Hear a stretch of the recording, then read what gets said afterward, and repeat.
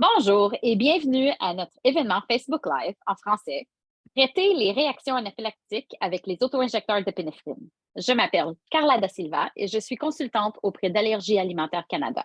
Notre invité aujourd'hui est le docteur Philippe Bégin. C'est le mois de la sensibilisation aux allergies alimentaires et cette séance fait partie de notre initiative L'anaphylaxie, connaissez-la, traitez-la, dont le but est de démystifier l'anaphylaxie et de renforcer la capacité des Canadiens et des Canadiennes à reconnaître les signes et les symptômes de l'anaphylaxie, ainsi qu'à savoir comment traiter une réaction anaphylactique. Dans cette séance, le docteur Bégin passera en revue les différents auto-injecteurs d'épinéphrine offerts au Canada pour traiter l'anaphylaxie et fera une démonstration de chacun d'entre eux afin de vous permettre d'identifier lequel pourrait être le meilleur pour vous. De plus, vous comprendrez mieux les signes et les symptômes de l'anaphylaxie et les erreurs à éviter lors de l'administration de l'épinéphrine et de la gestion de l'anaphylaxie. Si vous avez des dispositifs de formation, ayez-les à portée de main afin de pratiquer au moment des démonstrations. Si vous n'en avez pas, ne vous inquiétez pas, ils ne sont pas obligatoires pour la séance d'aujourd'hui. Avant de poursuivre, j'aimerais couvrir certains points d'ordre administratif. Bausch Health Canada a initié un rappel des auto-injecteurs Emerade de 0,3 mg et 0,5 mg au Canada en raison d'un risque de l'auto-injecteur ne s'active pas ou s'active prématurément s'il est échappé. Malgré ce rappel, nous allons présenter ce dispositif aujourd'hui afin de vous en familiariser. Deuxièmement, les renseignements fournis dans cette séance sont généraux et sont offerts à fins informatives et éducatives seulement. Ils ne constituent pas un avis médical et ne visent pas à proposer des recommandations, des diagnostics ou des traitements. Veuillez consulter votre médecin ou celui de votre enfant si vous avez des questions ou des préoccupations relatives à votre santé ou celle de votre enfant. 3. Si vous avez des questions, veuillez les poser dans les commentaires et nous répondrons le plus de questions possible. Finalement, cette séance sera enregistrée et partagée sur Facebook et sur allergiealimentairecanada.ca par la suite, afin que vous puissiez l'écouter de nouveau et la partager avec d'autres personnes que vous côtoyez. Maintenant, j'ai le plaisir de vous présenter le docteur Philippe Bégin. Le docteur Bégin est chercheur clinicien et professeur adjoint au Centre hospitalier de l'Université de Montréal et au Centre hospitalier universitaire Sainte-Justine. Il enseigne également l'allergie et l'immunologie à l'Université de Montréal. Il est directeur de la clinique publique d'immunothérapie orale à l'hôpital Sainte-Justine. Le docteur Bégin siège également au conseil d'administration de la Société canadienne d'allergie et d'immunologie clinique et est membre du conseil consultatif médical d'Allergie alimentaire Canada. Bonjour, docteur Bégin. Bonjour, Carla. J'en ai dit gros. Merci d'être parmi nous aujourd'hui et de nous parler des dispositifs. Maintenant, tu vas nous partager des diapositives afin que tu nous expliques l'anaphylaxie et comment la traiter en cas d'une réaction allergique grave. Absolument. Alors, ça s'en vient.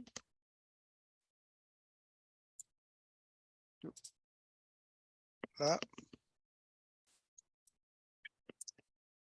All right. Alors, ça, c'est les dessins qui viennent avec la campagne pour connaître son allergie d'Allergie alimentaire Canada.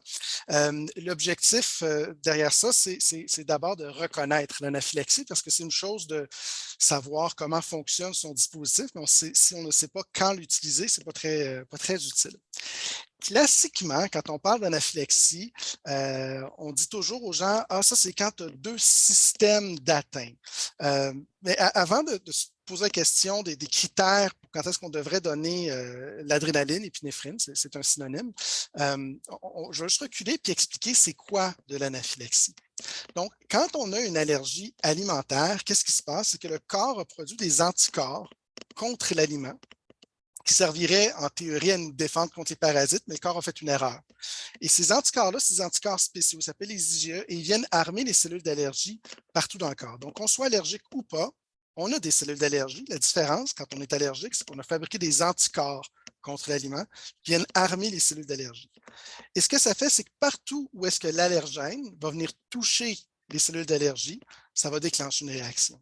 Donc, si je suis allergique au pollen, par exemple, pourquoi est-ce que je vais avoir des symptômes au niveau du nez, des yeux? C'est parce que le pollen est dans l'air, il va se déposer dans mes yeux, il va activer les cellules d'allergie, il va se déposer dans mon nez, il va activer les cellules d'allergie, donc je vais éternuer, je vais larmoyer. Quand je vais le respirer, ça va aller dans mes bronches, dans mes poumons, ça pourrait déclencher une crise d'asthme. On ne fait pas d'anaphylaxie sur le pollen, on va faire des réactions respiratoires. Dans le cas d'une allergie alimentaire, c'est exactement le même principe. Partout où l'allergène va venir toucher, ça va déclencher une réaction. Donc, souvent, ce que les gens vont me dire, c'est je mets l'aliment dans ma bouche, ça pique, ça enfle, ça va piquer dans ma gorge aussi, des fois, ça va serrer dans la gorge, ça va aller dans mon estomac, des fois, je vais avoir mal au ventre, je vais vomir. La particularité d'une allergie alimentaire, c'est qu'on va digérer l'aliment et là, il va passer en circulation sanguine. Et là, l'allergène en circulation sanguine peut se distribuer à la grandeur du corps et potentiellement activer toutes les cellules d'allergie du corps d'un coup. Et ça, c'est l'anaphylaxie. Donc, l'anaphylaxie, c'est une réaction allergique à quelque chose qui est en circulation sanguine. Donc, en médecine, on dit le terme, c'est systémique. C'est dans l'ensemble de tous les systèmes du corps, le système cardiovasculaire, pulmonaire, la peau. Et c'est pour ça qu'on peut avoir toutes sortes de symptômes. Donc, ce que les gens ont fait pour aider les gens à reconnaître l'anaphylaxie, c'est qu'ils ont créé des critères, puis ils ont dit, dans le fond, si tu as l'air d'avoir une réaction allergique et que tu as 2 systèmes d'atteinte, tu devrais traiter ça comme de l'anaphylaxie. Donc, ce qui veut dire que, mettons que je suis en contact avec un chat et puis je suis allergique au chat et puis le chat vient me graffiner puis j'ai une plaque d'urticaire sur le bras. Ce n'est pas de l'anaphylaxie, c'est une réaction locale. Mettons que je cuisine puis je manipule des crevettes puis j'ai plein d'urticaire sur les mains. J'ai touché les crevettes, mais ce n'est pas de l'anaphylaxie, c'est une réaction de contact. Mais si j'ai mangé un aliment, que je ne sache pas que je suis allergique, puis que je me mets à avoir de l'urticaire à la grandeur du corps, bien là, l'aliment n'a pas touché ma peau à la grandeur. Fait que forcément, c'est l'allergène en circulation sanguine qui est en train de déclencher la réaction. Donc, ce qu'on va dire, c'est mettons que j'ai 2 systèmes différents, donc j'ai la peau qui commence à enfler, et puis en même temps, je commence à avoir de la difficulté à respirer. Là, ça me laisse vraiment croire qu'il y a quelque chose en circulation sanguine qui est en train de déclencher une réaction allergique. Donc, peu importe le contexte, ça c'est fait même pour les urgentologues. Quand on voit un patient qui a des boursoufles rouges à la grandeur du corps et qui a soit de la difficulté à respirer, soit qu'il est étourdi parce que sa pression est basse, soit qu'il se met à vomir, il a mal au ventre, on va se dire, ben là, il y a l'air de se passer quelque chose d'allergique à la grandeur du corps. On va vouloir traiter avec de l'adrénaline parce qu'on est capable de poser notre diagnostic d'anaphylaxie, même si on ne sait pas si la personne était en contact ou pas avec un allergène. Si vous avez été en contact avec un allergène, par contre, mettons que vous venez de manger des arachides, et puis là, tout d'un coup, vous mettez à avoir de la difficulté à respirer, ou tout d'un coup, vous commencez à être étourdi. Ça, c'est vraiment les 2 symptômes les plus graves, dans le fond, une chute de pression ou de l'asthme, parce que c'est des signes vitaux, donc ça peut mettre la vie en danger. Là, on n'a pas besoin d'attendre un 2e symptôme ailleurs pour donner notre adrénaline. Donc, on va d'emblée donner notre adrénaline. Et même, on peut aller au-delà de ça. Si c'est clair pour moi qu'est-ce qui vient de se passer, je viens de manger des arachides et puis je commence à plaquer partout sur mon corps. J'ai juste la peau d'atteinte. Je n'ai pas 2 systèmes. En théorie, selon les critères classiques, on dit, ah, tu n'as pas 2 systèmes d'atteinte, donc on ne va pas nécessairement appeler ça de l'anaphylaxie. On peut quand même appeler ça de l'anaphylaxie parce qu'il y a un contexte qui fait que c'est évident que l'arachide n'a pas touché toute ma peau. Elle est en circulation sanguine. Je peux me donner mon épinéphrine. Et ça, c'est un message qui, au bout de l'heure, je pense qu'il devrait être assez clair pour tout le monde. Ce n'est pas dangereux de donner de l'épinéphrine. L'épinéphrine, c'est la version médicamenteuse de l'adrénaline, qui est une hormone naturelle. Donc, dans un cas de doute, si on a des réactions à grandeur, on n'a pas besoin de se mettre à poser la question, ah, j'ai-tu vraiment 2 symptômes, un système d'atteinte? Dans le cas de doute, on donne l'adrénaline et puis il n'y a pas de problème à l'avoir donné. Ce n'est pas grave de l'avoir donné pour rien. Donc, si on regarde les symptômes maintenant, un par un, au niveau de la peau, comment ça va se présenter? Donc, la réaction d'allergie au niveau de la peau, c'est classiquement, ça ressemble à la piqûre de maringouin, dans le fond. C'est les mêmes cellules d'allergie qui vont s'activer lors d'une piqûre de maringouin. Donc, ça fait une boursoufle. Normalement, dans une piqûre de maringouin, ça va être localisé à l'endroit où est-ce que le maringouin nous a piqué. Mais là, dans le contexte d'allergie, ben, c'est potentiellement toutes les cellules de la peau qui vont s'activer. Donc, ça va vraiment faire des plaques. Parce que quand tu as une cellule qui s'active, elle va chatouiller les cellules à côté d'elle. Donc, souvent, ça va commencer par une petite plaque qui va gonfler, qui va devenir de plus en plus grosse. Et comme les piqûres de maringouin, ça pique beaucoup. Donc, souvent, on va venir rouge avec des boursoufles généralement blanches par-dessus. Puis, il y a une grosse, grosse démangeaison.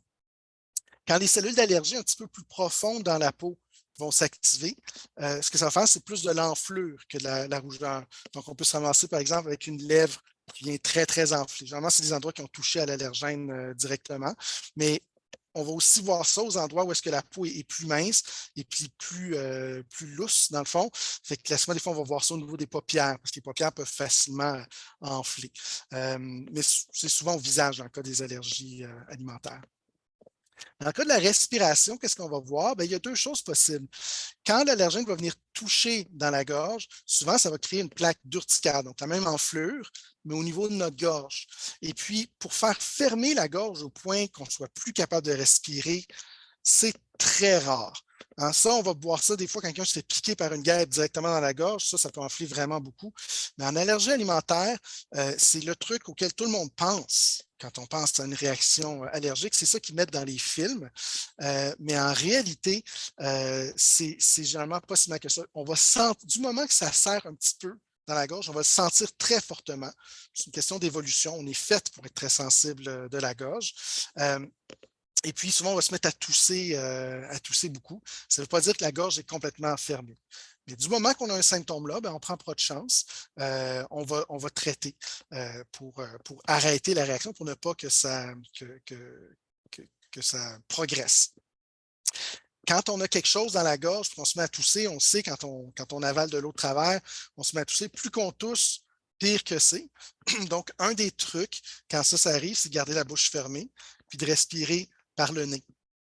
Ça fait deux choses. D'abord, ça va humidifier l'air, donc ça va moins irriter la gorge. Donc, c'est comme ça nous empêche de gratter. Puis quand on sait que quand on gratte une plaque, ça devient pire. C'est le même principe dans la gorge.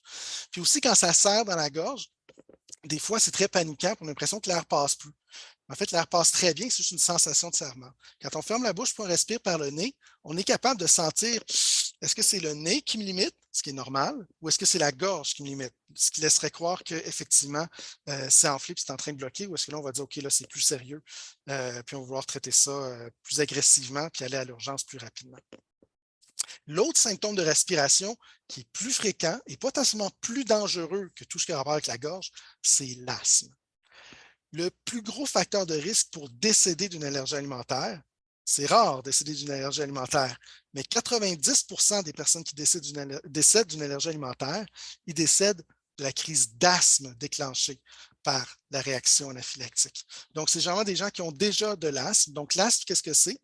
C'est une hyperréactivité des bronches, les tubes qui se rendent de la gorge jusqu'au poumon, qui ont tendance à se fermer et à se contracter.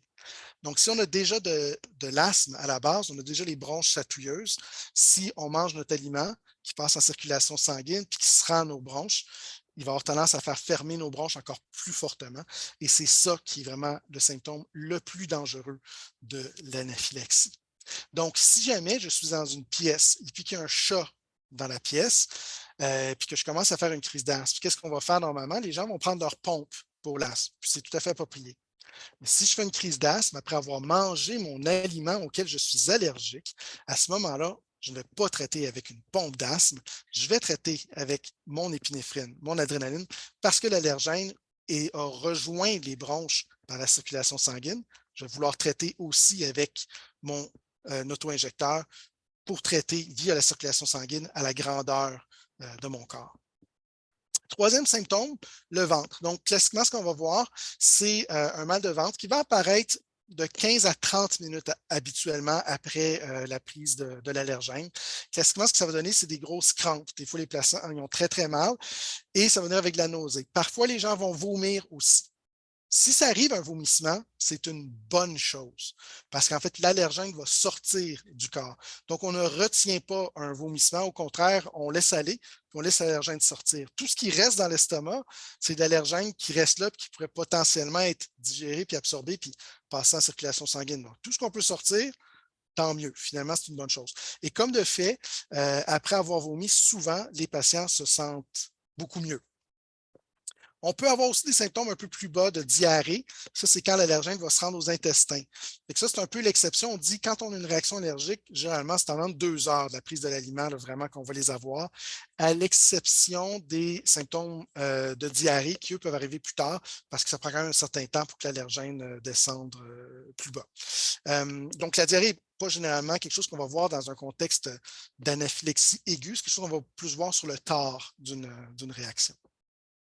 Et le cœur, donc les vaisseaux sanguins partout dans le corps, sous l'effet de l'histamine qui est libérée par les cellules d'allergie, ont tendance à se dilater. Et ce que ça va faire, c'est faire chuter la pression artérielle. Donc, comment est-ce qu'on se sent ça? Parce qu'on ne peut pas sentir notre pression. On peut sentir qu'il y a moins de sang qui se rend au cerveau. Et ce qu'on va sentir, c'est soit des étourdissements, soit une tendance à perdre des connaissances, ou voir des petits points noirs. Ça, ce que ça veut dire, c'est que notre pression est en train de baisser. Donc là, on va vouloir donner notre adrénaline rapidement, mais surtout, on va vouloir se coucher, voir lever les jambes pour ne pas perdre connaissance, parce qu'il faut qu'on perd connaissance, mais on ne peut plus se donner notre traitement. Donc, on va se coucher puis se donner notre injection d'épinéphrine une fois couché. Donc, ce que les lignes directrices générales vont dire, c'est lorsqu'on a 2 systèmes d'atteinte, donc soit la peau, la respiration, la peau, le cœur, ou un vomissement avec une atteinte de la respiration, dans un contexte qui colle avec une réaction allergique, on va se donner notre épinéphrine, on va traiter comme de l'anaphylaxie. Mais du moment qu'on a des symptômes sérieux et qu'on pense que ça pourrait être une réaction allergique, on n'a pas besoin d'attendre un deuxième système. On va d'emblée traiter comme si c'était de l'anaphylaxie. Et là, je rajouterais une autre étape ou une autre situation. À n'importe quel moment, quand on pense qu'on fait une réaction à notre allergène, qui n'est pas une réaction locale à l'endroit où l'allergène est touché, donc on pense que ça passe en circulation. Quelque chose d'un peu banal que je pourrais donner comme exemple, on vient d'avoir un accident avec l'allergène, puis on se met à éternuer en fou. Éternuer, éternuer, éternuer. C'est juste le nez. C'est pas dangereux, le nez. Il y a juste un système, c'est juste le nez qui est atteint. Moi, je donnerais quand même mon épinéphrine immédiatement parce que c'est sûr que je n'ai pas respiré l'allergène. L'allergène est passé en circulation sanguine, puis c'est rendu à mon nez comme ça. Donc, c'est vraiment juste une question de temps avant que j'ai des symptômes ailleurs. Et le plus rapidement, je vais donner mon épinéphrine, le plus efficace qu'elle va être. Donc, le mot d'ordre, c'est que dans le doute, on va donner l'épinéphrine parce que l'épinéphrine n'est pas dangereuse. C'est la même chose que l'hormone adrénaline que notre corps produit naturellement. Quand on est en secondaire 4 et qu'on doit présenter devant la classe, qu'est-ce qui va se passer? On va avoir les mains qui tremblent, on va avoir la voix qui tremble, le cœur qui bat un petit peu plus vite. Mais c'est tout ce que ça va faire. Donc, il n'y a vraiment pas de danger et pas de crainte à y avoir. Donc, si je continue avec nos... Juste avant de poursuivre, oui. Il y a 2 symptômes à eux seuls qui peuvent vraiment signaler une réaction dangereuse. C'est un peu couvert par la petite boîte qui était dans la slide précédente, la barre oui, je ne de sais pas notre... pourquoi il veut pas descendre. Ah, peut-être qu'il fallait que je fasse ça pour que ça descende. Non, ça l'a augmenté. Non, mais là, c'est un petit Donc, carré peut-être de... tu peux Je vais dire peut-être en verbalement, dans le parler. fond. Oui, C'est ça. Donc, exactement. comme je disais, les 2 symptômes, c'est la respiration et puis le cœur. Ça, c'est des symptômes sévères. Donc, du moment que je crois que je fais une réaction allergique et puis que j'ai une atteinte respiratoire ou que je me sens étourdi, je sens que je vais perdre connaissance, on n'attend pas un deuxième système pour traiter. On va d'emblée traiter avec notre épinéphrine. Donc, quand je disais tantôt, le nez, c'est un symptôme qui n'est pas dangereux. Donc, si on ne veut pas, à la limite, on peut attendre puis voir. D'expérience, ça va venir pire. Fait que moi, je traiterais d'emblée tout de suite avec le nez. Mais ce n'est pas grave si on ne le fait pas. C'est juste le nez va venir boucher. Par contre, la respiration et puis la pression artérielle, le cœur, ça, il ne faut pas attendre parce que ça peut progresser puis ça peut être dangereux. Puis quand on regarde des patients qui décèdent d'allergies alimentaires, c'est généralement par la respiration, puis 10% des gens, c'est par la chute de pression. Donc, on va vouloir d'emblée donner notre traitement. On n'attend pas le deuxième symptôme. Bien, merci beaucoup. Puis je te demanderais, je pense qu'avant, la petite barre grise était plus petite. Fait que je ne sais pas ce que tu as changé, mais peut-être juste le... Bon, parfait. Merci beaucoup. Ouais, voilà. Donc, peux-tu maintenant nous parler un peu des différents auto-injecteurs qui sont offerts au Canada? Oui, alors ça, j'ai ça juste ici. Voilà. Alors, on en a 3 auto-injecteurs. Là, ce qu'il faut comprendre, c'est que ce n'est pas 3 médicaments différents. c'est toutes de l'épinéphrine. Ce qu'ils sont allés homologuer, c'est le dispositif. Donc, EpiPen, c'est le nom du dispositif. Allergex, c'est le nom du dispositif. Même chose pour Emerade. Donc, ces trois choses-là ont exactement le même médicament dedans, c'est l'épinéphrine. Donc, il n'y en a pas un qui est plus efficace qu'un autre. Après ça, comment est-ce qu'on va le choisir? Ça dépend en fait des gens, ça dépend des préférences personnelles. Donc, si on commence avec l'EpiPen, l'EpiPen, c'est le plus ancien des trois. Donc, souvent, quand on parle d'auto-injecteur, les gens, par défaut, vont dire EpiPen parce que dans le temps, il n'y en avait qu'un seul. Fait qu'on s'est un petit peu habitué à dire as-tu ton EpiPen? Mais les deux autres aussi sont aussi bons. Donc, l'EpiPen a l'air de, on le voit ici à gauche. Donc, je pense que je vais fermer ma présentation. Je vais arrêter le share juste pour que les gens puissent voir. Donc, ici, c'est le démonstrateur d'EpiPen. Puis ici, vous avez un vrai EpiPen. Donc, le vrai EpiPen va venir dans un étui comme ça pour le protéger. Puis, il faut le sortir de l'étui pour l'utiliser. Et là, il y a un bout bleu et un bout orange. Et on va piquer avec le bout orange. Le bleu, il sert à quoi? Le bout bleu, c'est un garde pour empêcher qu'il s'active spontanément par accident. Donc, par exemple, si je fais ça par accident, il n'y a absolument rien qui se passe parce que le garde est en place. Si je suis prêt à utiliser, qu'est-ce que je vais faire? C'est que je vais retirer le bout bleu. Là, il est armé et là, il peut être utilisé. Et là, je vais administrer mon EpiPen. Donc, l'endroit où est-ce qu'on veut injecter, j'ai une autre slide après pour présenter, mais je vais le dire tout de suite, c'est au niveau de la cuisse. Donc, on dit la face antéro-latérale, donc ça veut dire en avant vers l'extérieur de la cuisse, en plein milieu de la cuisse. En fait, l'idée, c'est qu'on veut injecter dans le muscle. Donc, le muscle de la cuisse, c'est le plus gros muscle du corps, donc on ne peut pas le manquer. On pique en plein milieu où est-ce qu'il est le plus épais, c'est-à-dire dans la face latérale externe. Et là, ce qu'on va faire, c'est qu'avec notre EpiPen, souvent dans les films ou même dans les pictogrammes, ils vont mettre un geste où est-ce qu'il faut violemment frapper. Ce n'est pas du tout nécessaire. EpiPen, pen, c'est crayon là, en anglais. Donc, c'est un stylo d'épinéphrine. Ce n'est pas un poignard, donc on n'a pas besoin de le soigner pour rentrer. C'est vrai, par contre, que la particularité de l'EpiPen par rapport aux deux autres, c'est que ça prend beaucoup de pression pour l'activer. C'est à peu près 5 livres de pression. Et puis, ça peut être difficile pour un enfant, puis même un adulte. C'est pour ça que des fois, le monde va vouloir donner un petit coup. C'est correct, mais pas besoin de prendre trop de. Là, je vais juste baisser mon écran un peu pour montrer. Et là, on va aller sur la cuisse du côté et on va peser fermement. Là, je ne sais pas si vous avez entendu, mais ça fait un clic et je vais compter 5 secondes. Si on est stressé, on est mieux de compter 10 secondes. Parce que quand on est stressé, on compte vite. En réalité, c'est à peu près 2 secondes et demie que ça prend pour faire l'injection. Donc, on va être sûr d'en donner assez pour que ça injecte complètement. Parce que si j'enlève trop vite, clic-clac, ce qui va se passer, c'est que ça va couler par terre, puis j'ai perdu ma dose d'adrénaline. Évidemment, on ne veut pas ça. Une erreur fréquente qu'on va voir avec l'EpiPen, c'est que les gens ne savent pas quel côté utiliser. Donc, en anglais, ils ont un slogan qui dit Blue to the sky, orange to the thigh. Ça ne rime pas en français, mais au moins, on peut se rappeler que bleu, c'est la couleur du ciel, fait que le bleu, il est par en bas, donc forcément, par défaut, je pique avec le bout orange.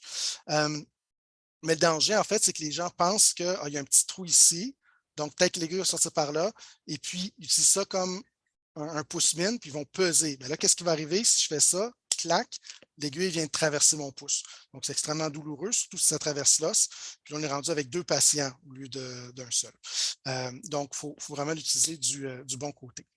Une fois qu'on l'a utilisé, là, c'est un démo, c'est pour ça que je m'amuse à le réutiliser plusieurs fois, mais on l'utilise juste une fois normalement. Une fois qu'il va avoir été utilisé, le bout orange va sortir pour recouvrir l'aiguille pour pas qu'on se repique avec.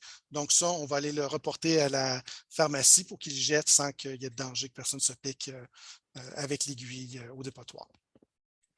Donc ça, c'était pour l'EpiPen. Le deuxième dispositif, c'est Allerject. Donc, Allerject, comme vous voyez, il est plus petit. Ça a été inventé par 2 frères, un qui était un ingénieur et puis un qui était allergique aux arachides. Puis ils se sont dit, ça serait intéressant de repenser le design pour que ça colle mieux avec nos besoins. Donc, vraiment, les 2 choses particulières que l'Allerject a, c'est qu'il il est plus petit, dans un format qui est plus facile à traîner dans une poche. Donc, c'est plus petit qu'un téléphone finalement, donc ça peut se traîner dans une poche. Ce qui est intéressant pour ceux que, surtout les ados ou les adultes qui ne vont pas seulement traîner de sac avec eux, mais que c'est eux qui doivent traîner leur auto-injecteur, ben, ça peut être plus pratique. L'autre particularité, c'est qu'il parle. Donc, il va nous donner des instructions au fur et à mesure. Donc, si on ne se rappelle plus comment l'utiliser, ben, on peut écouter les paroles. C'est sûr que quand on est stressé, les gens, des fois, ils ont de la misère à entendre les paroles. Donc, il faut quand même savoir comment l'utiliser avant. On ne peut pas dépendre de ça. Mais par contre, si on l'a déjà révisé, puis que là, ça arrive sur le coup, bien, ça peut nous rappeler des étapes. Donc, ça peut nous rassurer si on n'est pas trop sûr. Cela dit, l'allergèque, on n'est pas obligé d'écouter les paroles. On peut l'utiliser en ignorant ce qui se dit, parce que vous allez voir, il ne parle pas vite, là, parce qu'il veut être compris. Donc, je vais vous montrer. Donc, quand je l'ouvre, ça dit ça.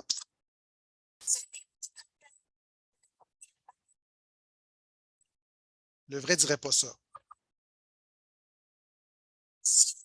Docteur Bégin, on l'entend Oui. pas bien. Peut-être le rapprocher de ton micro. Retirez le dispositif de sécurité rouge. L'injection, placez l'extrémité noire contre le côté extérieur de la cuisse, appuyez fermement contre la cuisse et maintenez en place pendant 5 secondes. Donc, même principe. Là, il est en train de répéter d'un coup que je n'ai pas compris. Il compte 5, 4, 3, 2, 1. Injection terminée.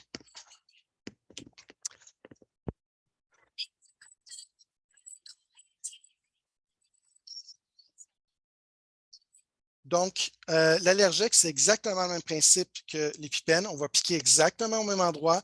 On va compter notre 5 secondes. L'avantage, c'est qu'il compte pour nous.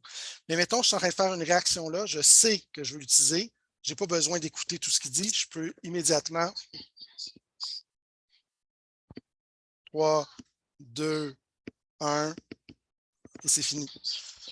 Donc, il va s'ajuster lui-même pour te suivre. Donc là, il n'a pas fait tout son discours. Il est allé tout de suite compter 5, 4, 3, 2, 1 du moment que je l'ai injecté. Lui est un peu différent. Il n'y a pas de morceau qui va sortir pour protéger l'aiguille. Il y a un dispositif où est-ce que l'aiguille rentre en dedans après. Elle est rétractile, mais bref, on ne se piquera pas avec une fois qu'elle a été utilisée aussi. Donc, ça, c'était l'allergèque. Mais il n'y a pas de différence en termes de prix non plus, soit dit en passant. Là, donc, c'est vraiment juste une question de préférence personnelle. Le troisième auto-injecteur, c'est MRAD ou MRAD. Donc, il ressemble, dans le fond, en termes de forme à l'épipène, mais la différence, en fait, c'est vraiment plus comme un crayon, celui-là. Donc, de ce côté-ci, il n'y a absolument rien. C'est un cul-de-sac. Il n'y a rien à faire avec ça, même si on voudrait. Il y a vraiment juste un bouchon ici. Fait qu'on va tirer, puis en dessous, ben, on va piquer avec ce bout-là. Donc, il est un petit peu plus simple d'utilisation. C'est le même principe. Je vais peser, puis compter jusqu'à 5. 3, 4, 5, et voilà. Tout comme l'épipène, quand on va avoir injecté, il y a un petit truc blanc qui va sortir pour cacher l'aiguille. Le démonstrateur ne le fait pas, ça. Mais sachez-le qu'à la maison, ça fait la même chose. La grosse différence avec l'épipène, donc, c'est qu'on n'a pas de garde à enlever. Donc, on enlève le bouchon, puis on pique avec le même côté. Alors que l'épipène, c'est un peu le contraire. On a un bouchon qui est un garde de ce côté-là, mais on va quand même piquer avec le bout orange. Donc, c'est sûr que il faut connaître les deux, même si on en a un d'un coup qu'on se ramasserait à utiliser l'autre, parce qu'on ne voudrait pas faire l'erreur non plus de l'injecter dans le pouce. Deuxième différence avec l'épipène, c'est la pression requise pour l'activer. C'est à peu près 2 livres de pression, contrairement à 5 livres avec l'épipène. Donc celui-là, c'est beaucoup plus doux comme utilisation. On va piquer, puis l'aiguille va sortir tout de suite. Malheureusement, c'est probablement ça qui explique le rappel actuel.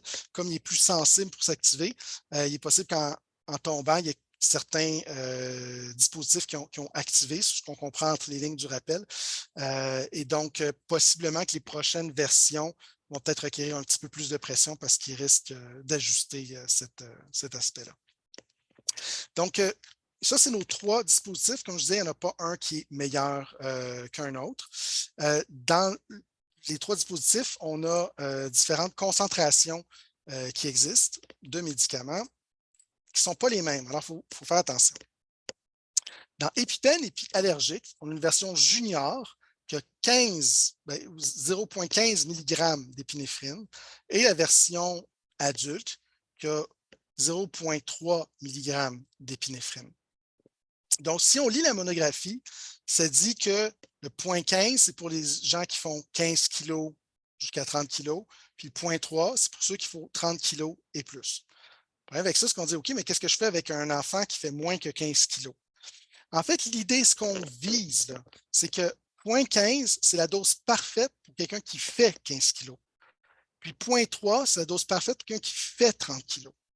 Donc, ce que nous, on va recommander, en fait, ce n'est pas d'utiliser la monographie.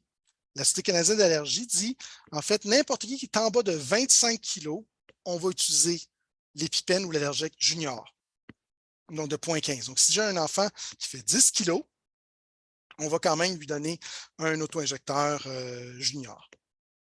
Et puis le switch au 0,3, à la version adulte, on ne va pas attendre de faire pile 30 kg parce que si je fais 28 kg, en fait, je suis beaucoup plus proche de mon 0,3 que de mon 0,15. Donc, on va le faire plutôt à mi-chemin. Habituellement, on va dire à peu près vers 25 kg. Donc, à 25 kg, on va faire le switch vers un EpiPen ou un allergique adulte. L'Emerade, lui, a une petite particularité. Il n'y a pas de dose pédiatrique à 0,15. Il y a une dose de 0,3, mais il y a aussi une dose de 0,5.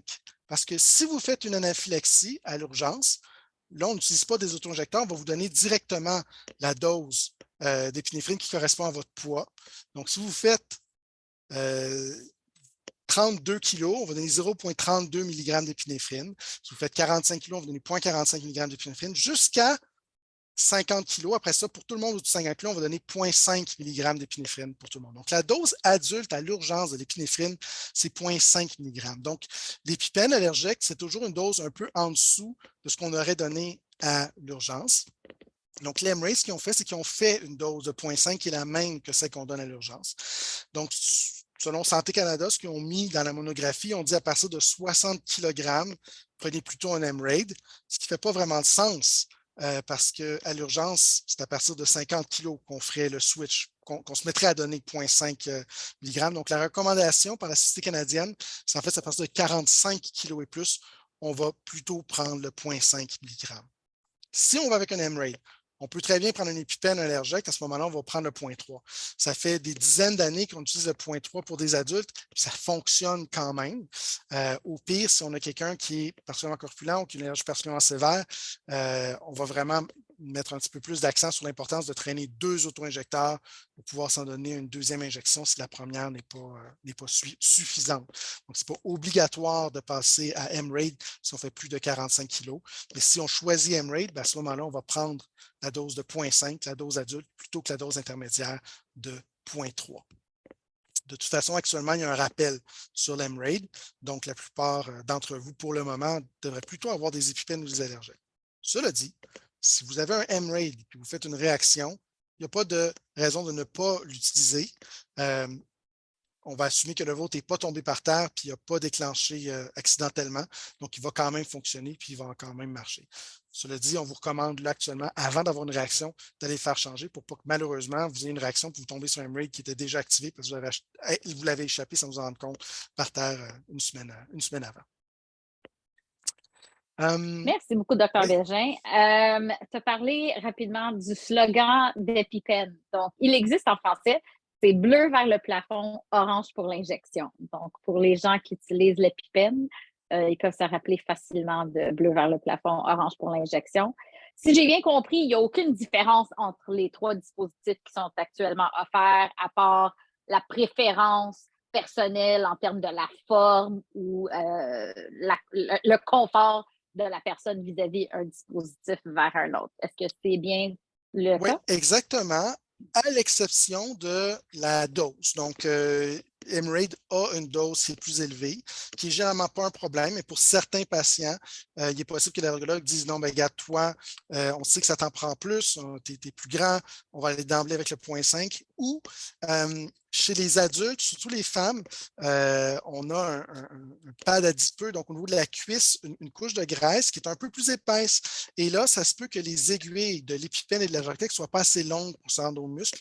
L'Emerald vient avec une aiguille qui est un petit peu plus longue, donc il y a plus de chances de se rendre dans le muscle pour les adultes. Donc ça, ce serait, disons, la seule considération médicale, ce serait dans ce contexte-là précisément. Sinon, c'est vraiment juste une question de préférence personnelle. Vu que tu as parlé de la cuisse, parlons un petit peu de la position du corps et le site d'injection. Oui, donc là, c'est sûr que là, j'ai fait vite tantôt debout, mais ici, vous voyez vraiment c'est où qu'il faut injecter. Donc, comme on disait, c'est la face antéro-latérale, donc vers l'avant et vers latéral, donc vers le côté. Donc, pas complètement sur le côté, pas complètement en avant. C'est vraiment ici que la cuisse est le plus épais, qu'on va avoir le plus de muscles. Donc, on ne peut pas manquer notre muscle-là, puis il y a beaucoup moins de risques de frapper l'os. Si j'ai un patient qui est plus corpulent, ça se peut qu'effectivement, on ait une épaisseur de graisse importante qui fait que l'aiguille ne se rendra pas au muscle. Puis on sait que si l'aiguille ne se rend pas au muscle, l'absorption de l'adrénaline va être moins rapide. Alors là, ça, c'est une exception où est-ce qu'on va dire aux gens d'injecter plus bas, plus près du genou à ce moment-là, parce que dans le fond, on sait bien là, quand on a de la graisse sur la cuisse, mais ça se rapetisse jusqu'au genou, puis ça va grossir après. Donc, plus on est proche du genou, plus l'épaisseur de graisse est petite, plus on va avoir de facilité à se rendre dans le muscle. À l'inverse, chez un enfant ou quelqu'un de particulièrement mince, ça va être particulièrement important de piquer vraiment dans le milieu parce qu'on va être pile dans le muscle. Sinon, qu'est-ce qui risque d'arriver? On risque de frapper l'os. Est-ce que c'est grave de frapper l'os? Non, ce n'est pas grave. Ça va être absorbé parce qu'ultimement, ça va quand même finir par être absorbé dans le muscle, mais c'est douloureux. Donc, on ne fait pas par exprès non plus de piquer dans l'os. Ensuite, en termes de positionnement, bien, comme vous voyez ici, on peut l'injecter assis, on peut l'injecter debout, on peut l'injecter couché. C'est sûr que si le muscle est contracté, ça va faire plus mal. C'est pour ça que quand on a un vaccin, on dit toujours relaxe ton bras avant de piquer dans l'épaule. Mais c'est le même principe pour la cuisse. On peut être debout, il faut juste penser à garder notre cuisse relaxe parce que sinon, ça va être plus douloureux quand on va injecter. Par contre, si je suis étourdi, on va préférer être couché pour l'injection parce que, en fait, c'est pas que l'injection va nous faire perdre connaissance, mais c'est juste on veut se coucher le plus vite possible avant de perdre connaissance. Donc, on se couche puis on fait l'injection. Par contre, si je ne suis pas étourdi du tout, par exemple, si je me donne mon injection parce que ça commence à piquer partout, mais je ne suis pas étourdi, je ne suis pas essoufflé, mon seul symptôme, c'est la peau. Il n'y a pas d'urgence à se coucher par terre. Vraiment, la raison de se coucher, c'est pour les chutes de pression. Donc, si notre pression est belle, on n'est pas obligé de se coucher pour donner notre épinéphrine. On s'assoit ou on reste debout puis on l'injecte. Puis à partir de ce moment-là, on reste calme puis on attend qu'elle fait effet. Comment est-ce qu'on sait qu'elle fait effet? D'abord, évidemment, les symptômes vont s'améliorer et c'est impressionnant à quelle vitesse les symptômes vont se mettre à aller mieux. Un autre truc pour savoir si elle commence à faire effet, c'est, moi, ce que j'aime faire, c'est, je demande aux patients d'étirer les bras et puis d'écarter les doigts. Je vais vous montrer. Comme ça. Et puis là, ce qu'on va voir, au début, ça ne shake pas, puis éventuellement, on va avoir des petits tremblements comme ça, comme des petits frissons. Là, ça veut dire que l'adrénaline a fait son effet et est en train de se répandre dans le corps. Généralement, quand ça commence, ça correspond aussi au moment où est-ce que les bronches s'ouvrent puis les cils-lements de la crise d'asthme s'en vont. Toute la rougeur commence à s'apaiser et puis devenir plus pâle. Et on va attendre 5 minutes. Si au bout de 5 minutes, on ne ressent pas ça, ou on a vu une amélioration, mais il y a encore pas mal de symptômes, on redonne une deuxième épinéphrine. Donc, tout le monde dit, c'est quoi l'intervalle entre les deux injections? C'est 5 minutes. On peut se donner une épinéphrine à toutes les 5 minutes, sans problème.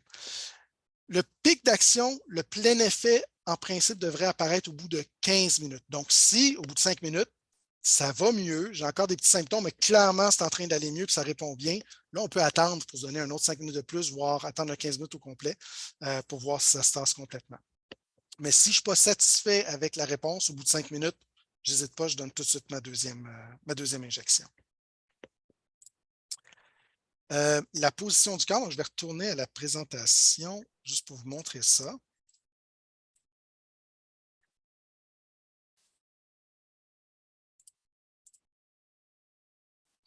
Donc, ce qu'on dit au moment de l'injection, donc asseoir ou allonger l'enfant.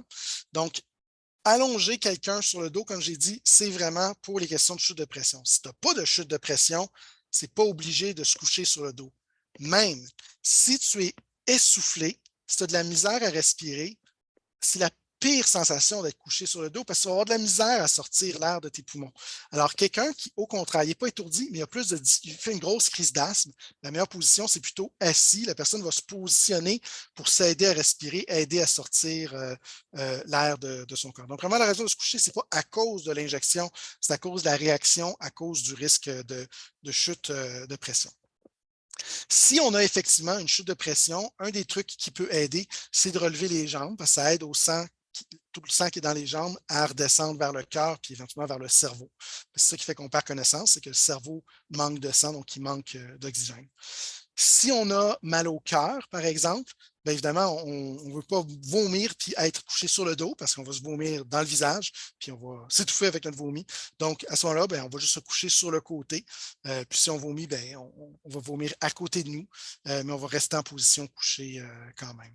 Et puis, c'est sûr que d'être couché sur le dos avec plein de monde debout à côté de toi, c'est hyper paniquant. Donc, pour un enfant qui commence à paniquer ou juste pour le rassurer, on peut se coucher à côté de lui pour l'aider à rester calme. À l'inverse, mettons qu'on était couché quand on a réagi ou qu'on s'est donné l'épinéphrine. La pire chose qu'on peut faire quand on a une réaction et qu'on est couché, c'est de se lever brusquement. Parce qu'il est possible qu'on ait une petite chute de pression et qu'on ne le sente pas dans notre corps. Mais que là, en se levant tout d'un coup, c'est là qu'on va le sentir, puis tout d'un coup, là, on perd connaissance. Et dans le pire cas, qui est extrêmement rare, mais qui existe, ça peut faire ce qu'on appelle le empty heart syndrome, le syndrome du cœur vide. C'est pas le cœur ne peut pas vraiment se vider, mais c'est que tellement une forte chute de pression que ça déclenche des arythmies cardiaques. Donc, ça fait faire une crise de cœur, puis la personne peut mourir sur le coup. Donc, c'est extrêmement rare. Généralement, c'est des gens qui ont déjà des problèmes de cœur à la base, chez qui ça va faire ça. Mais il n'y a pas de raison de prendre ce risque-là. Donc, mettons qu'on fait une réaction allergique et qu'on n'a pas notre épinéphrine avec nous. Mettons qu'il est resté dans le casier et que je suis à 100 mètres du casier. La pire chose qu'on peut faire, c'est se lever tout d'un coup et partir à la course pour aller le chercher. Ce qu'on va faire, c'est qu'on va rester couché. On va demander à quelqu'un d'aller le chercher pour nous, puis qui va nous l'amener. Idéalement, on devrait l'avoir sur soi, mais on sait que dans la vraie vie, des fois, ce n'est pas le cas. Donc, c'est qu'on va envoyer quelqu'un d'autre le chercher à notre place. Une fois qu'on s'est donné notre épinéphrine, on va attendre qu'elle fasse effet avant de se lever. Donc, quand je commence à sentir, OK, là, mon cœur bat vite, j'ai mes tremblements, je sens que je ne suis pas étourdi, puis mes symptômes commencent à aller mieux. On va se lever tout doucement, par étapes. On va se mettre d'abord à quatre pattes, ensuite à genoux, puis ensuite, tranquillement, on va se lever. Puis l'idée, c'est que si on se sent étourdi, on redescend en position où est-ce qu'on était confortable. Si on n'est pas étourdi, ça veut dire qu'on a une bonne pression, puis on peut se lever puis continuer à se lever. Bon, il va y aller doucement par étapes pour pas qu'il y ait d'accident. Et là, après ça, qu'est-ce qu'on dit de faire? On dit dans les étapes de se donner l'urgence. Et ça, il faut faire très attention avec ça parce que c'est une bonne séquence, c'est vrai. Mais c'est deux décisions distinctes. Se donner l'épinéphrine et puis appeler à l'urgence, les deux, on va vouloir faire ça parce qu'on a eu une anaphylaxie. Mais ce n'est pas à cause de l'épinéphrine qu'on va à l'urgence. Ça, c'est vraiment le truc qui est très important à dire à tout le monde parce que souvent, les gens pensent que si je me donne l'épinéphrine, je dois aller à l'urgence. Ce n'est pas vrai. Donc, l'épinéphrine, à part en allergie, elle est utilisée partout ailleurs de façon intraveineuse pour réanimer des gens qui sont en train de mourir. Donc, c'est un médicament qui est très fort, qui mérite qu'on mette les gens sous moniteur cardiaque. Donc, les gens ont l'impression que l'épinéphrine, c'est grave. Mais nous, en allergie, on l'injecte dans le muscle. La dose est toute petite, elle est absorbée progressivement. Donc, ce n'est pas dangereux du tout. C'est la même chose, comme je disais tantôt, que de présenter devant la classe au secondaire. On a le corps qui débat un peu, la voix qui tremblote, puis c'est tout. Donc, ce n'est pas à cause de l'épinéphrine qu'on va aller à l'urgence, c'est à cause de la raison qu'on se donne l'épinéphrine. Si on a une anaphylaxie, on recommande d'aller à l'urgence parce que c'est une réaction qui est quand même assez importante, elle pourrait progresser. Mais ce qu'on s'est rendu compte au fil des années avec ce message-là, c'est que beaucoup de gens se disaient « j'ai des petits symptômes ». Pourtant, c'est deux systèmes d'atteintes. Donc, c'est de l'anaphylaxie. Mais ce n'est pas une anaphylaxie sévère. J'ai quelques plaques sur le corps, puis j'éternue. je ne suis pas très inquiet. Puis là, ce que l'on faisait, c'est ben, je vais attendre, voir quel bord ça prend. Puis souvent, ce qu'on va faire, c'est je vais prendre un antihistaminique pour essayer que ça aille mieux. Parce qu'en fait, là, le raisonnement, c'est je vais essayer de ne pas prendre mon épinéphrine parce que je ne veux pas aller à l'urgence, parce que ça ne vaut pas la peine. Puis on est tous comme ça, et puis c'est correct. Je veux dire, quelqu'un qui, si ça serre dans ma poitrine, mais que je pense que j'ai du reflux, je n'irai pas à l'urgence juste parce que ça serre dans ma poitrine. J'ai un jugement à faire pour dire est-ce que c'est assez sévère, est-ce que j'ai assez de crainte pour y aller à l'urgence. Fait que nous aussi, on va le faire, ce jugement-là. Mais le point, c'est que le besoin de l'urgence faisait que souvent les gens s'empêchaient de donner l'épinéphrine. C'est bête parce que l'épinéphrine, la façon que ça fonctionne, l'hormone adrénaline, elle ouvre les bronches, elle augmente la pression sanguine. Donc ça, c'est génial parce que c'est l'inverse de l'anaphylaxie. Mais ce n'est pas ça l'effet le plus important de l'adrénaline. L'effet le plus important de l'adrénaline, c'est qu'il y a des récepteurs d'adrénaline sur nos cellules d'allergie. Donc, si je la donne tôt, je vais désactiver ma cellule d'allergie, je vais la désarmer. Donc, les cellules d'allergie qui ont déjà réagi, qui ont déjà commencé à faire des réactions, eux autres, il est trop tard. Ils ont libéré l'histamine, ils sont déjà activés. Mais toutes les autres cellules d'allergie autour qui n'ont pas encore activé, c'est une réaction en chaîne, c'est juste une question de temps avant que ça arrive. Si je donne mon épinéphrine rapidement, je vais casser la réaction puis je vais l'empêcher de progresser. Donc, plus je la donne tôt dans ma réaction, plus elle est efficace. Donc là, vous voyez le problème. Les gens se disent j'ai des symptômes d'anaphylaxie, mais qui sont légers. Je ne veux pas aller à l'urgence parce que ce serait un peu ridicule avec les symptômes que j'ai là d'aller à l'urgence, donc je ne me donnerai pas. Je vais attendre. Puis comme de fait, souvent, ça va bien se passer, les symptômes vont s'améliorer tout seul, je ne me suis pas donné. Ça conforte les gens dans l'idée que, dans le fond, je peux attendre un peu avant de me donner l'épinéphrine.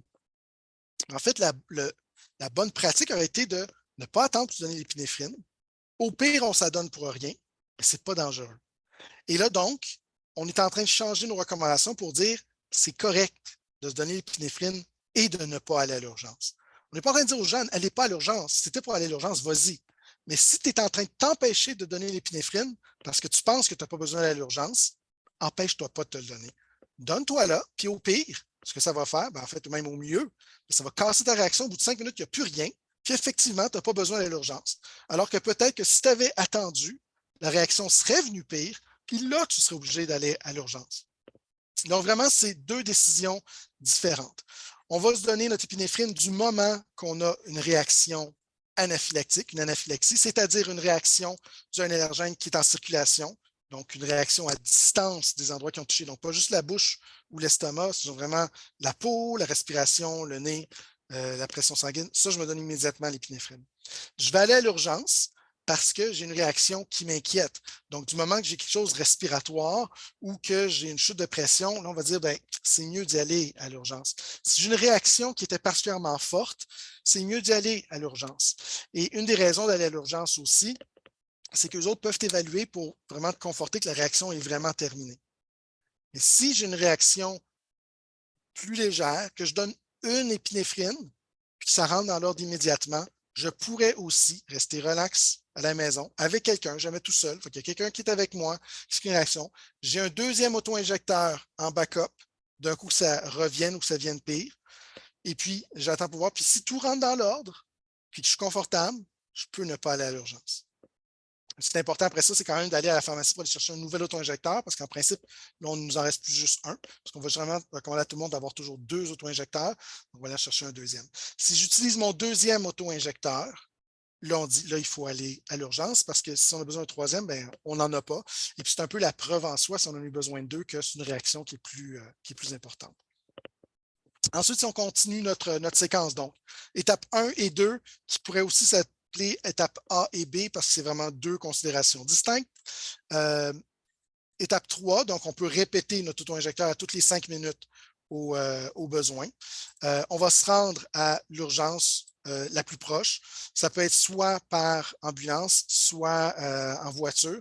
Ce qu'on dit, le mieux, c'est d'appeler au 911, puis ils vont vous dire, dépendamment d'où est-ce que vous restez, si on sait qu'il n'y a pas d'ambulance qui desserve votre région, tu sais que ça va prendre 45 minutes à l'ambulance pour se rendre chez vous, ben, prends ton auto pour y aller. Mais évidemment, il ne faudra pas que ce soit toi qui conduis, c'est toi qui fais la réaction, évidemment. Et puis, évidemment, si on n'est pas déjà avec son parent, ben, il faut aviser les parents que l'enfant est en train de réagir. Donc, le carré bleu ici que je viens de couvrir en plus en bougeant ma souris. Donc, c'est vraiment un rappel que c'est la réaction allergique qui nous amène à l'hôpital et non pas l'épinéphrine qui nous mène à aller à l'hôpital.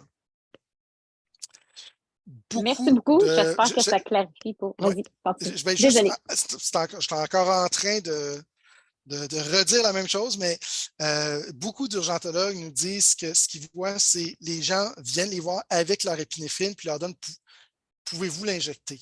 Ça, pour moi, c'est un non-sens, puis pour eux aussi d'ailleurs. Si tu es rendu au stade où est-ce que tu vas à l'urgence, ben, c'est un stade où est-ce que tu étais probablement dû pour te donner l'épinéphrine. Puis le but de l'épinéphrine, c'est que tu sois capable de te le donner rapidement. Et là, ça montre à quel point le monde pense que c'est grave, l'épinéphrine. Parce qu'ils disent, j'hésite avant de le donner, je vais aller à l'urgence pour être sûr que c'est correct. Il n'y a pas de pour être sûr que c'est correct. C'est toujours correct de le donner. Fait que tu n'as pas besoin d'attendre d'aller à l'urgence pour te donner. Donne-toi-le. Au pire, tu vas le donner pour rien. Il n'y a personne qui va jamais reprocher à un patient de s'être donné l'épinéphrine pour rien. C'est juste ça que je voulais rajouter. Désolée pour l'interruption. Je voulais juste mentionner, premièrement, merci beaucoup. Je pense que ça clarifie les choses pour beaucoup de personnes à l'écoute. Et deuxièmement, je voulais rappeler à l'audience que nous avons ces 5 mesures d'urgence disponibles pour téléchargement sur notre site. Donc, vous pouvez les imprimer et les afficher pour les accéder facilement. Comme tu as parlé de erreurs, on va poursuivre avec notre prochaine diapositive sur les erreurs communes à éviter au moment d'une réaction ou lors de la gestion de l'anaphylaxie.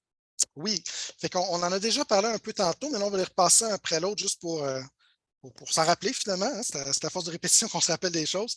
Donc, premier point que j'avais dit, il faut vraiment tenir le dispositif en place 5 secondes parce que ça prend 2 secondes et demie avant qu'il injecte complètement. Si on retire trop vite, la dose, elle tombe par terre. Et puis malheureusement, même si on la liche, ça ne fonctionnera pas parce qu'il faut l'injecter pour que ça fonctionne, l'adrénaline. Donc, la dose est vraiment perdue.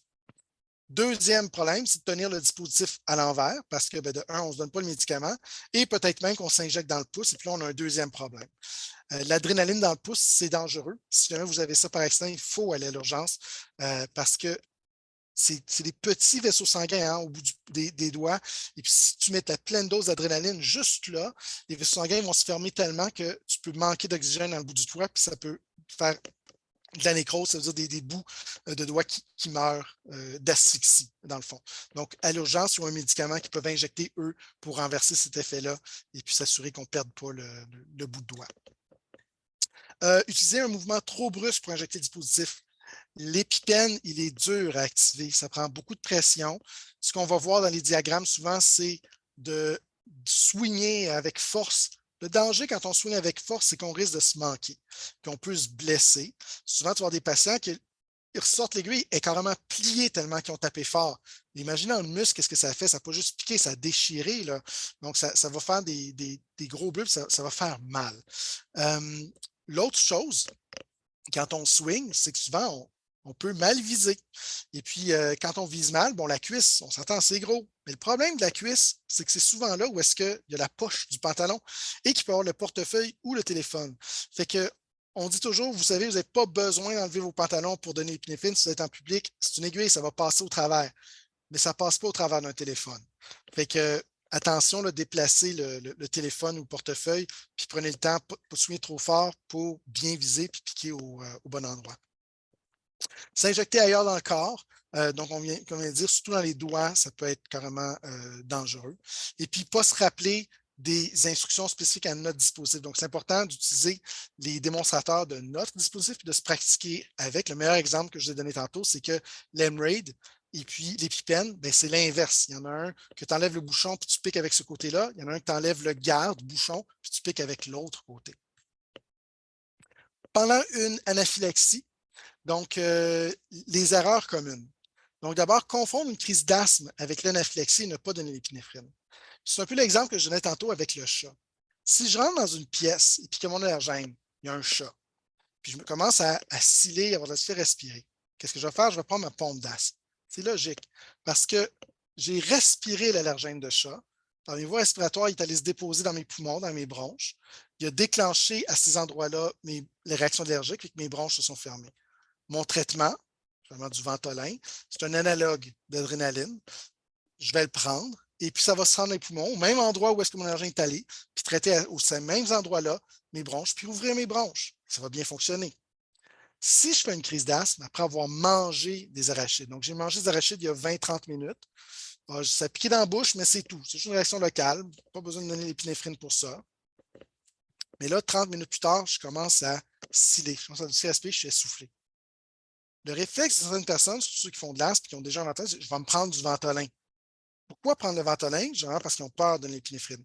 Mais ce n'est pas logique parce que je n'ai pas respiré les arachides. Je les ai digérés, elles sont passées en circulation sanguine et c'est via la circulation sanguine que ça s'est rendu dans mes poumons. Donc, c'est en train d'activer plein de parties de mes poumons, en fait, toutes les parties de mon poumon, parce qu'il y a du sang partout dans les poumons, que mon traitement de Ventolin pourrait ne pas atteindre si bien que ça. Parce que peut-être dans le fond du poumon, mon médicament commence bien se rendre. Mon traitement doit suivre le même chemin que mon allergène. L'allergène, il s'est rendu par la circulation sanguine à mes poumons. Je vais me traiter par injection pour que mon adrénaline se rende à mes poumons par la circulation sanguine. Donc, vraiment, tous mes poumons soient exposés à mon épinéphrine et renversent la réaction. Alors ça, c'est vraiment l'erreur classique. Les gens asthmatiques qui vont utiliser le Ventolin à la place de l'asthme.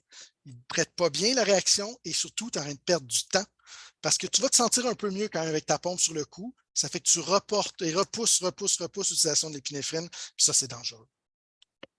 Deuxième erreur fréquente, des antihistaminiques.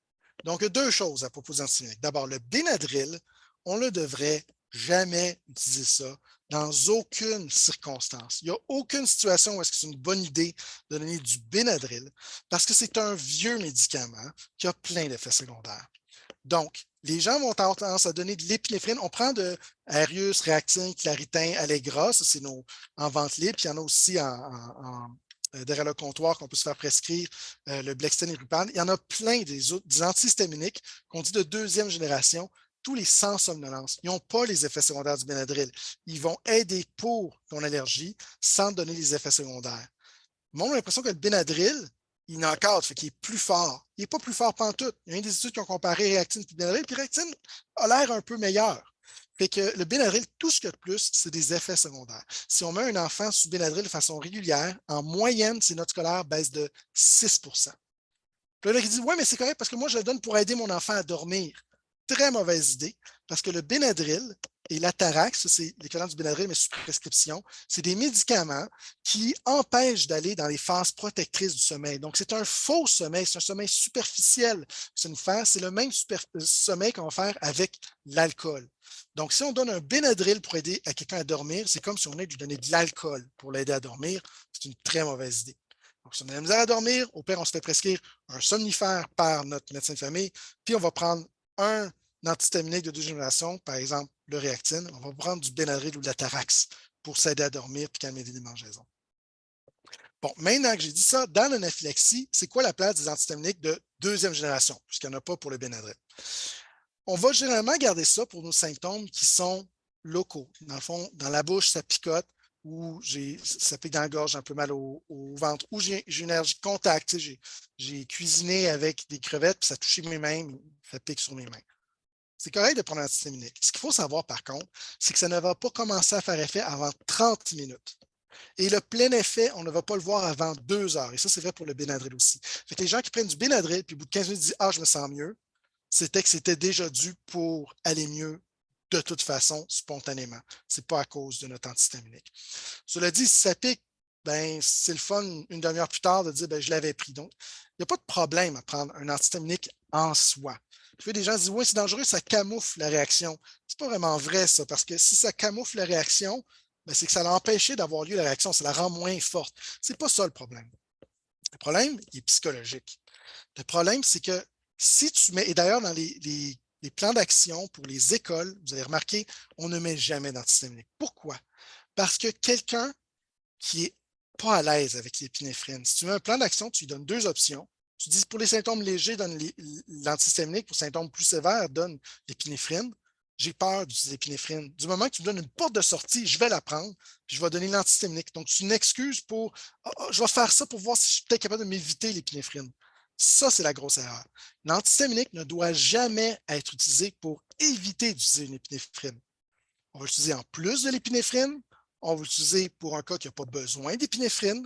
Mais du moment qu'on a une anaphylaxie, du moment qu'on rencontre nos critères pour donner l'épinéphrine, on donne l'épinéphrine. Fait que c'est pour ça qu'on ne va pas mettre ça dans nos instructions pour la garderie et puis pour l'école. C'est pas compliqué, il y a juste une option, c'est l'épinéphrine. À la maison, pour nous, ce qu'on appelle des patients experts, quand ça fait plusieurs fois que tu as des réactions, que tu te connais, surtout les ados qui ont beaucoup de réactions, puis les jeunes adultes, ils savent quels symptômes qui mènent à l'anaphylaxie, puis quels symptômes que je sais que c'est juste local, puis je sais que ça va piquer longtemps, mais ça ne va pas progresser. C'est correct dans ces cas-là de prendre un antihistaminique. On peut leur faire confiance. Dans la mesure où est-ce qu'on sait que ce n'est pas parce qu'ils ont peur de l'épinéphrine. Si la personne dit « j'ai pas peur de l'épinéphrine, je m'adonnerais si j'en avais besoin, mais je sais que j'en ai pas besoin », ça va. Si la personne dit ouais, je n'aurais peut-être besoin, mais je préfère pas l'utiliser pour un antihistaminique, ça, c'est une lumière rouge. Non, non, non, on donne notre épinéphrine. Et enfin, dernier point que j'ai expliqué dans la slide précédente, donc l'erreur la plus fréquente, qu'on espère qu'il va changer avec notre changement de discours d'instruction, c'est l'erreur, c'est de retarder l'usage de l'épinéphrine en attendant que la réaction soit assez sévère pour aller à l'urgence. Anaphylaxie. Quand on regarde l'anaphylaxie, quand on définit qu'est-ce que c'est, on dit souvent c'est une réaction c'est potentiellement la réaction la plus sévère qu'il peut y avoir, c'est l'anaphylaxie. C'est potentiellement mortel. Oui, le verbe, le mot qu'il faut faire attention, c'est potentiellement. Ça peut, mais l'immense majorité des anaphylaxies sont légères. Et presque toutes les anaphylaxies sont légères avant d'être sévères. Donc, on n'attend pas l'anaphylaxie sévère avant de se traiter. Une anaphylaxie légère se traite aussi par épinéphrine parce que oui, ça existe une anaphylaxie légère. C'est des symptômes à distance sur le corps d'où est-ce que mon aliment a touché. Ben, c'est une anaphylaxie. Je vais être traité avec l'épinéphrine. Ce n'est pas un big deal et je ne suis pas obligé d'aller à l'urgence pour ça. Ben voilà. Fait que c'est ce que j'avais pour vous en termes de slides. Moi, j'ai encore du temps. Je pensais que je donnais une présentation avant. J'avais dit à Carla hier, mais en fait, je n'ai pas d'autre présentation finalement après. Fait que si on veut continuer et répondre à d'autres questions, je suis disponible. Excellent, merci beaucoup. Tu as vraiment fait le tour de toutes nos questions qu'on avait reçues lors de l'inscription. Juste une dernière question peut-être. Comment savez-vous quand vous pourriez avoir besoin d'administrer une deuxième dose et quand devriez-vous donner la deuxième dose? Doit-elle être donnée dans la même jambe? Donc, c'est 5 minutes, le temps qu'on va attendre pour donner le temps à notre première épinéphrine de faire effet. Si on n'a pas d'amélioration, on donne la deuxième dose. Si ça s'empire, c'est évident, on donne la deuxième dose. Si on a une amélioration, mais qu'on continue à être inquiet, parce qu'une petite amélioration, c'est pas grave, donner la deuxième dose. Mais si on a une bonne amélioration, qu'on sent que ça va dans le bon bord, on peut attendre puis voir. Puis, parce que le plein effet, ça va prendre 15 minutes à l'avoir. Puis on peut attendre jusqu'à 15 minutes. Puis là, si après 15 minutes, il reste encore des symptômes, là, je leur donnerai quand même ma deuxième dose. Là. Puis du moment qu'on donne la deuxième dose, ce qu'on commande, c'est là d'y aller à l'urgence parce que ça laisse supposer que c'est une réaction qui est quand même plus sévère. Merci beaucoup, Dr. Bégin, pour cet excellent résumé de comment traiter une réaction et sur les signes et les symptômes. Nous avons couvert beaucoup d'informations et vous pouvez trouver plus de renseignements sur notre site web allergiealimentaire-canada.ca. Comme je l'ai mentionné au début de la séance, c'est le mois de la sensibilisation aux allergies alimentaires et nous nous concentrons sur l'éducation relative à l'anaphylaxie en organisant des séances comme celle d'aujourd'hui. Visitez notre site pour apprendre plus sur l'initiative L'anaphylaxie, connaissez-la, traitez-la, qui met en vedette les témoignages d'expériences réelles sur les signes et les symptômes de l'anaphylaxie ainsi que sur son traitement. Vous pouvez trouver la section sur notre initiative en visitant allergiealimentaire-canada.ca/mai. De plus, comme vous le savez peut-être, Allergie Alimentaire Canada est un organisme à but non lucratif. Nous sommes entièrement dépendants de dons pour soutenir notre mission. Si vous pouvez envisager de faire un don à notre organisation, nous en serions très reconnaissants. Vous pouvez visiter allergiealimentaire-canada.ca/donner pour en savoir plus sur l'effet de vos dons. Nous tenons également à remercier nos commanditaires pour cet événement, la Fondation Schroeder, le Sean Delaney Memorial Golf Classic, Allergect, le Bureau canadien de l'arachide et EpiPen. Ceci conclut maintenant notre événement Facebook Live. Un gros merci, Dr. Bégin, pour votre temps et vos explications très claires au sujet de l'épinéphrine. Bonne journée. Au revoir tout le monde. C'est bien.